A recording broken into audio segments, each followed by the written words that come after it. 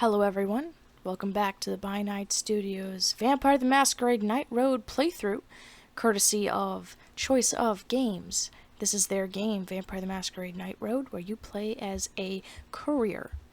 I am your host, Elise Hawes. Thank you so much for joining me. We are about to enter the next chapter. To sum up what has happened recently, we are a courier, we are of Clan Ventrue. We have found ourselves with a broken car in the middle of the desert, and right now we are searching for shelter. We have just found an old gas station. There was a strange eagle outside, but we dominated it to leave.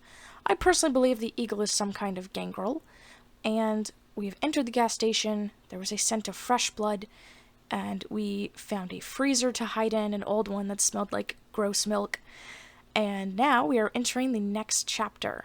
Hopefully, it should be the next night in theory. Next chapter. Chapter 2, Into the Sunset. Arizona, I-10, heading west. Night of November 2, or 2nd. Sunrise, 6:42 a.m. If anyone had found you that day in the disused freezer, they would only see a disheveled corpse, and while the sun is in the sky, that's all you are.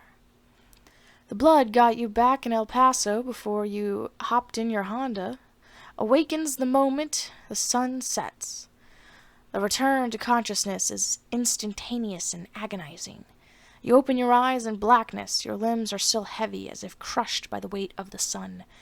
As you wait, you think about the camarilla, and you remember what the elders made you do after Ellen Olive Crona disappeared.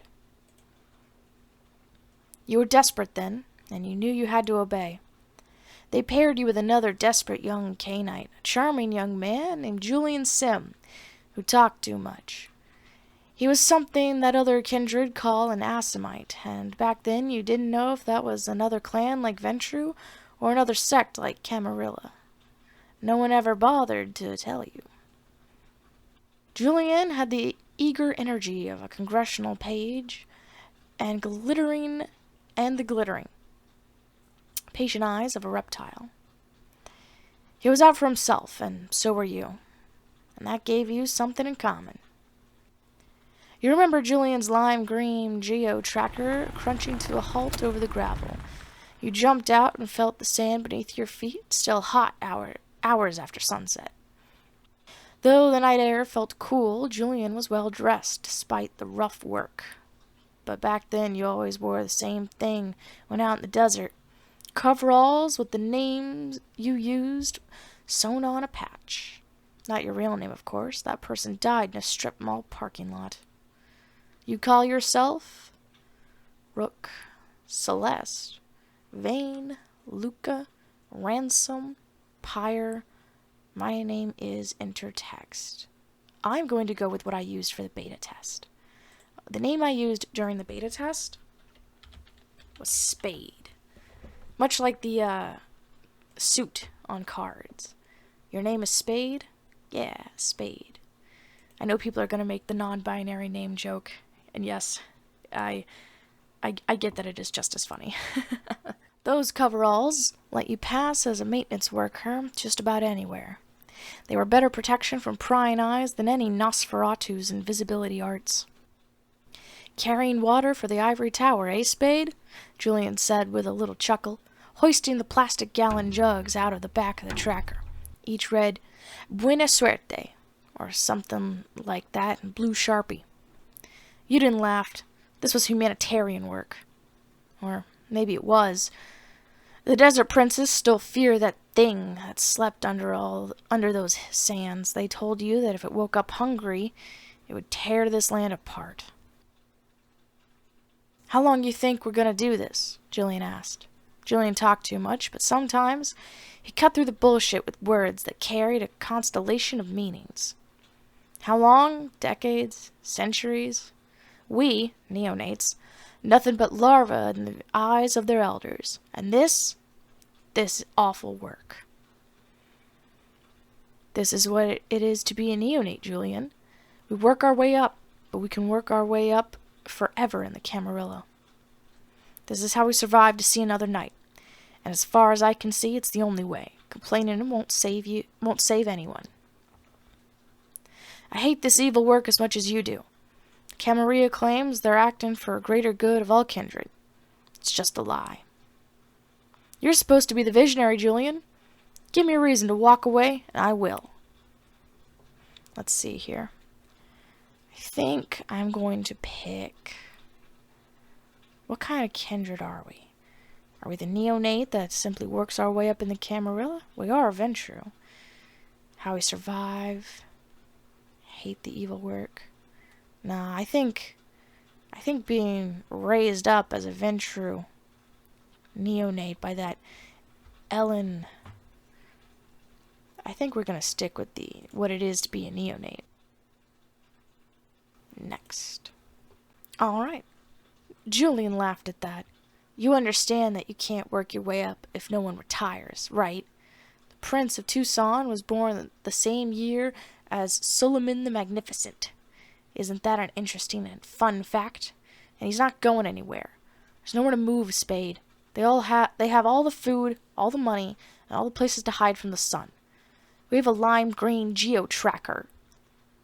Actually, I do. You have a jumpsuit with someone else's name on it. Hot desert wind whipped Julian's black hair around his head as he counted the gallons of water. Camarilla gave you a job they considered necessary, even vital. Desperate migrants stumbled through this part of the desert, fleeing violence in Mexico and Central America for the promise of a better life in the States. Without water, many died. Aid groups dropped water and supplies for the migrants. The year before, the Camarilla had infiltrated and supplemented one of those aid groups, replacing their members with you and Julian. Your job? Position the water above the scattered layers of the nosferatu elder, the one known only as Reremus. The victims, he claimed, would give him enough blood to prevent him from fully awakening. This sucks, Julian said as you checked the GPS coordinates on your Garmin. I mean, I know what we are, I know what we do to survive, but this is just so stupid. It's inefficient and wasteful. This is how the world ran 2 or 3 centuries ago, Spade, before anyone invented flowcharts or assembly lines. It was horrible work, but what choice did I have? It was either that or be destroyed myself, though I never forgive the Camarilla for compromising me like that. It was ugly work, but more people would have suffered if the elder woke up, so I went back to work. They were just food. Why care? It needed to get done, and maybe the smart ones knew enough to escape. The work was intolerable. I convinced Julian that we need to find something better to do with our own lives. Couldn't do it anymore. Made up my mind to ditch Julian and this horrible work the moment I got the chance.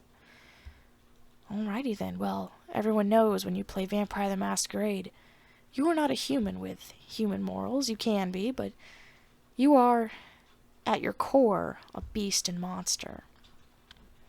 And I believe this ambitious Ventrue named Spade that we're playing as, I do believe we're going to be a little bit ambitious. But I think we'll use Julian. And leave him when the time is right. He does have that geo-tracker after all. The moment you understood what you had become, you knew that you would have to make certain sacrifices in order to maintain your undead existence. The beast needed to be fed, after all. But there were limits, and this was yours. You and Julian didn't even need to say anything. You just threw the water back in the tracker and drove off. You dumped the plastic jugs a few miles up the road. After a long silence, Julian said, "The thing about our masters is they don't actually have very long memories. All us neonates sorta look alike to them. We'll keep our head down for a few years, and if anyone asks, we'll say we got run off by, I don't know, werewolves or anarchs or something. We still don't have any money," you reminded the Assamite. "Well, it's gonna be bad fucking couple of years, Spade," Julian said. It wasn't actually that bad for Julian, though. A few months later, Julian got his money, though you never learned how. Something to do with venture capital interested in the software he was developing.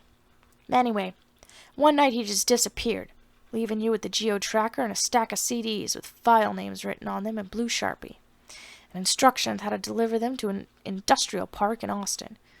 You looked up his new company, 2100X, which was apparently located in Denver, but you could never find an address or contact number. And that's been your life ever since. I knew he would leave us the geo-tracker. Haha, it's mine now. Now, I would like to actually point out this slide is my favorite that I saw in the beta test. I'm going to go ahead and read this, but I would very much like to talk about this choice right here. You can move your hands now. Push the top of the freezer open, haul yourself out, and drop silently to the ground. Your hunger is an ache in the back of your gums that leads right up behind your eyes and that threatens to turn into a migraine. You can hold off the beast for a few more nights like this, but you'll need to feed soon. You wander past dusty and empty shelves and glance outside through gaps in the boarded-up windows. You can't see that strange eagle, but you still smell blood. It's faded, but impossible to ignore. Movement catches your eye, but it's just a reflection in the broken glass of an empty display case. You stare into the eyes of a haunted-looking, eternally young, man, woman, non-binary person. Now, personally, when I was playing this beta testing, for those of you who do not know, I consider myself non-binary. I'm a demi-boy as of 2020, but it's been a discovery the past few years.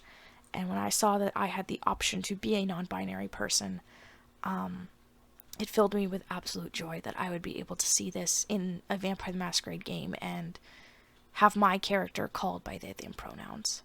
Something that, I still struggle with on the day-to-day basis with some people. But to have this in this game truly means a lot to me, and I'm sure a lot to a lot of non-binary people in the Vampire the Masquerade community and in the gaming community at large. And so I commend you guys, Choice of Games, for making this an option for me. Thank you very much. You look like shit. Bloodshot eyes, skin pulled back from your nails and teeth. Thrift store clothes, even your satchel looks like someone dragged it down a highway. You check the satchel. Your deliveries, the USBs, are still in there. Then you hear a sound outside. A few whispered words in Spanish. Weeping. Thank God. Food. You just hope there's something you can eat. As a member of Clan Ventrue, your palate is more refined than other vampires. Not only can you not drink bagged or animal blood, you're limited to the living blood of older men, older women, younger men, younger women. I believe I am going to pick... I do enjoy, in my current and usual ways of how I play vampire, when I feed, I usually go hunting around cities and in clubs. So I am going to pick younger women. None of this any matters, but I will pick younger women for the sake of ladies are pretty and I'm a simp. You have fairly broad taste for a member of your clan. An acceptable prey for you is obvious from a distance. Both are advantages on the road. Your sire, for example, is restricted to feeding from police officers. The old Prince of Tucson could feed only on immigrants. What causes these restrictions to manifest? Are they supernatural, psychological, or something else? What counts as an immigrant, or a woman? Both are interesting questions for our times, though it's not clear that the Clan of Kings has any answers. All of Krona told you that limits are how we test ourselves and grow strong. Other Ventrue insist that their preferences elevate them spiritually. Members of other clans call you blue bloods and just assume that the Clan of Kings is fussy. Julian Sim believed that limitations was put in place to force early members of your clan to engage in exchange, rather than simple theft, incidentally establishing the trade routes of the ancient world. No matter, your restriction to feed on younger women is an inconvenience, but sometimes an advantage. To put it crudely, girls are weak. Get them when they're young enough and they can't even fight back. That's an ugly truth of your existence, but a useful one to keep in mind. Another ugly truth is that no one cares what happens to a prostitute. Your greatest inconvenience is that you can rarely feed on someone who's trying to destroy you. Even these nights, most soldiers, cops, and hunters are men. Well, that does put that in a perspective for me. Far, far different from when I played Bloodlines 1. They must have pulled some boards away to get inside and covered them up so no one from the road spots their flashlights. You're in the middle of the disused convenience store's 3 aisles, invisible in the darkness. At the far side of the store, a short hallway leads to 3 doors. A locked bathroom straight ahead, and then 2 doors. One to the left and one to the right. You guess the left door leads to a storage room. The mortals are trying to get it open. You count 4 of them. A man, a woman in their mid-20s, an ancient woman, and a frail, gray-haired older man, even smaller than the old woman. The young woman whispers something in Spanish you don't catch, then forces the storage room open with a shriek of metal. Not much here, the young man says, sweeping the storage room with his flashlight. He's traveling heavy. Crowbar, backpack, water bottle, road flares. Those are your road flares! They must have found your Honda. Whoever they are, they're foolish or desperate to try to bring a woman in her 70s, at least, and a guy who isn't built for this kind of work. You're surprised that they're this far north without having already made contact with someone. The younger woman starts jiggling the handle to the bathroom, which is between the storage room and the office. Bored and fearless, the old man hobbles down one of the aisles. Your beast screams, but you can't use that old guy's blood. You try to keep close to the one you can feed on. So you have an excellent view when the young woman finally gets the bathroom door open, and the thing inside bites down on her face. The woman manages half a scream. The old man turns, sees the mutilated corpse dangling from those huge jaws, and moans in horror. The thing holding the corpse hurls it towards the old man, missing you by inches and splattering your face with blood. And both the corpse and the old guy go down. You absently note that the woman's corpse is already drained of blood. Then you turn and confront the thing in the bathroom. The kindred of Clan Nosferatu are never beautiful, but this one is particularly hideous. Stark, naked, and so tall he has to stoop to get out of the room. With flattened skull and huge bat-like ears that make it impossible to imagine what he looked like in life. And then you look into his flat black eyes and realize there is nothing there. April 2007. In the end, we're weaker than they are, Julian said, watching a trio of teenagers across the 7-Eleven parking lot. He sips blood from his ex-tremie gulp, then uses it to gesture at the mortals. I mean, spiritually, we're weaker. We're like scurvy victims or something.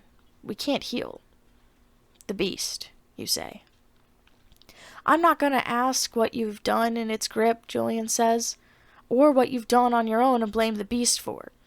But I know the beast will eat you if you're not careful. It'll eat your soul and live behind your eyes. When that happens to one of us, the camarilla call them wits and hunt them down. And the Assamites, you ask? I don't know, Julian says. I never had the courage to ask. The nosferatu, the mindless wight that once had been a nosferatu, spots you. But then it turns, and though you cannot see the tough-looking young guy and the old woman, you know that they are cornered in the storage room, and the dead woman's blood runs down its chin. The creature weighs its options and turns towards the storage room, moving awkwardly, because a huge iron chain, is fastened around one of its legs. Then something lashes out of the darkness, and the right wheels back, more in surprise than pain. The young man strikes the creature again with his crowbar. That won't be enough to fend off a monster like this. These people will be dead in moments, and then the fallen Nosferatu will turn its mindless rage on you. We have some options. Let's see. I grab the chain and haul the right backward to protect the people in the storage room. There must be another way out. Using my knowledge of how this place should be laid out, I look for a way to get us to safety. I shout and rally the young man to fight the write-off, the road flares. That will do more against this monster than the crowbar. I get the wright's attention, lured away from the whirls and slip back into the shadows. I catch the ride's eyes and use my mental powers to compel it to leave. Well, I am not picking the dominate option because it has made it clear I'm already low on blood and that monster just drank my last snack. So, personally, I believe Spade, the character, does not care much about these mortals. So I think using them to help defeat the monster would be a perfect option. You shout, try in Spanish and then English, knowing that the man's courage alone will not save him.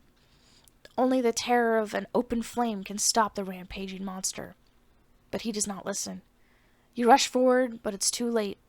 When you reach the storage room, the rite has torn both the old woman and the young man to bloody shreds. Swollen with their blood, it turns on you, and you can only back away. It picks up the unconscious old man and throws him at you. You duck. His body bounces off the walls with a wet thud. Alrighty then.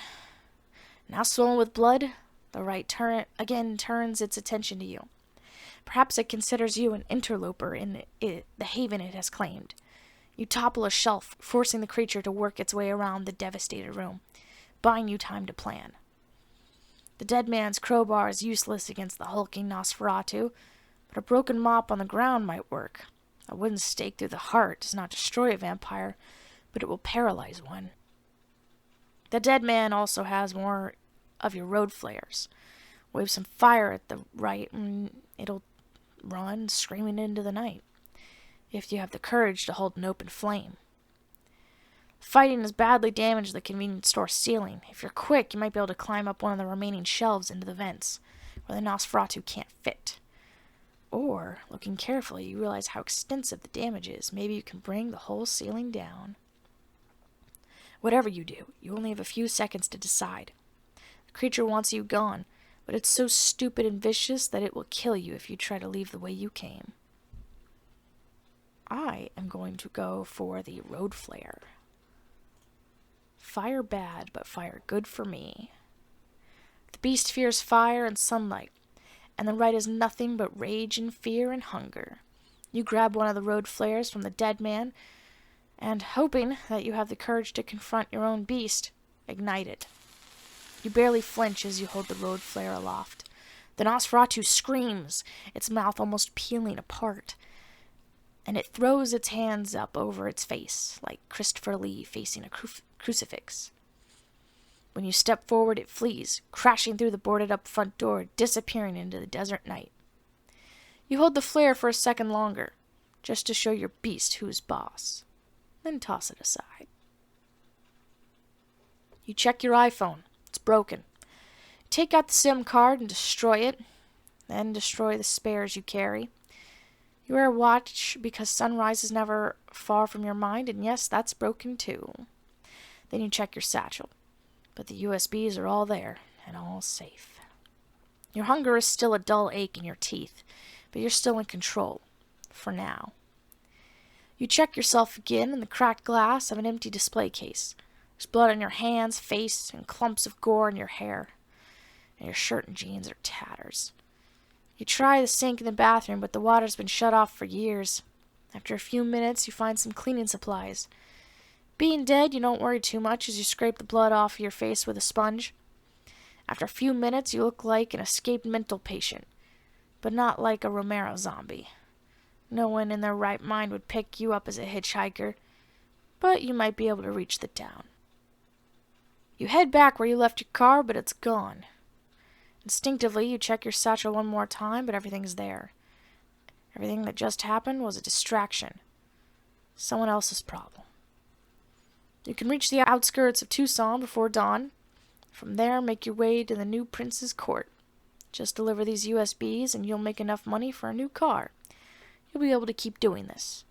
Night after night, you start walking. Thank you again for joining me for the By Night Studios Vampire the Masquerade Night Road read.